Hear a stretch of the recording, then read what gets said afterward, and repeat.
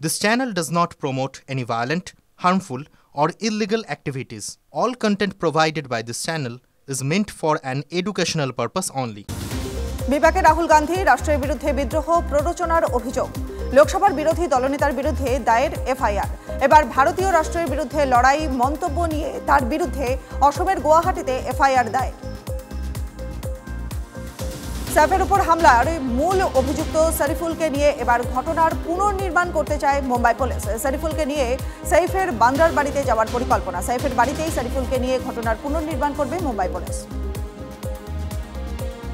UPI ট্রানজাকশনই বিপদ বাড়ায় সাইফের উপর হামলায় ধৃত শরীফুলের। ওর্লিতে সেঞ্চুরি মিলের কাছে পরোটা ও জলের বোতল কিনতে ইউপিআই ট্রানজাকশন করে ধৃত। সেখান থেকে টাওয়ার লোকেশন ট্র্যাক করে থানে থেকে শরীফুলকে ধরে পুলিশ।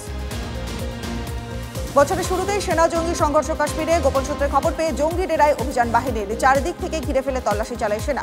পাল্টা বাহিনীকে লক্ষ্য করে গুলি জঙ্গিদের। 2 থেকে 3 জন জঙ্গি লুকিয়ে থাকার আশঙ্কা রয়েছে। ড্রোন উড়িয়ে এলাকায় তল্লাশি যৌথ বাহিনী। দিল্লি বিধানসভা নির্বাচনে বিজেপির হয়ে প্রচারে ঝড় তুলবেন যোগী আদিত্যনাথ। 23 জানুয়ারি থেকে পদ্ম শিবিরের হয়ে প্রচারে নামবেন উত্তরপ্রদেশের মুখ্যমন্ত্রী। রাজধানীতে বিজেপি প্রার্থীদের সমর্থনে 14টি মিছিল জনসভা করবেন যোগী।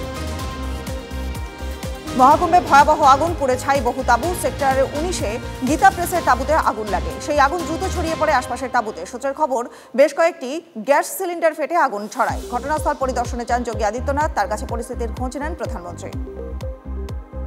জম্মু কাশ্মীরের রাজৌরিতে রহস্যজনকভাবে মৃত্যু বেড়ে 17। অজানা রোগে ক্রমশ বাড়ছে মৃতের সংখ্যা। কোন রোগের প্রকোপ জানতে ইতিমধ্যেই স্বরাষ্ট্র মন্ত্রকের নির্দেশে দিল্লি থেকে বুধেলে পৌঁছে গেছে কেন্দ্রীয় দল। মৃতদের শরীর থেকে নমুনা সংগ্রহ করা হয়েছে। দিল্লির বিধানসভা নির্বাচনের আগে সরগরম রাজধানী। অরবিন্দ কেজরিওয়ালকে গ্রেফতারের দাবিতে সরব বিজেপি প্রার্থী পারভেজ বর্মা। তার দাবি, কেজরিওয়ালের নির্দেশে 3 যুবককে পিষে দেয় চালক। এর আগে আপের তরফ থেকে বিজেপি কর্মীদের বিরুদ্ধে কেজরিওয়ালের গাড়িতে হামলার অভিযোগ তোলা হয়।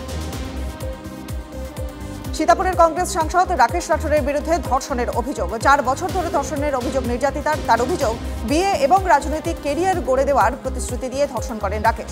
থানায় অভিযোগ দেয় নির্যাতিতার। পাল্টা চক্রান্তের অভিযোগ কংগ্রেস সাংসদের।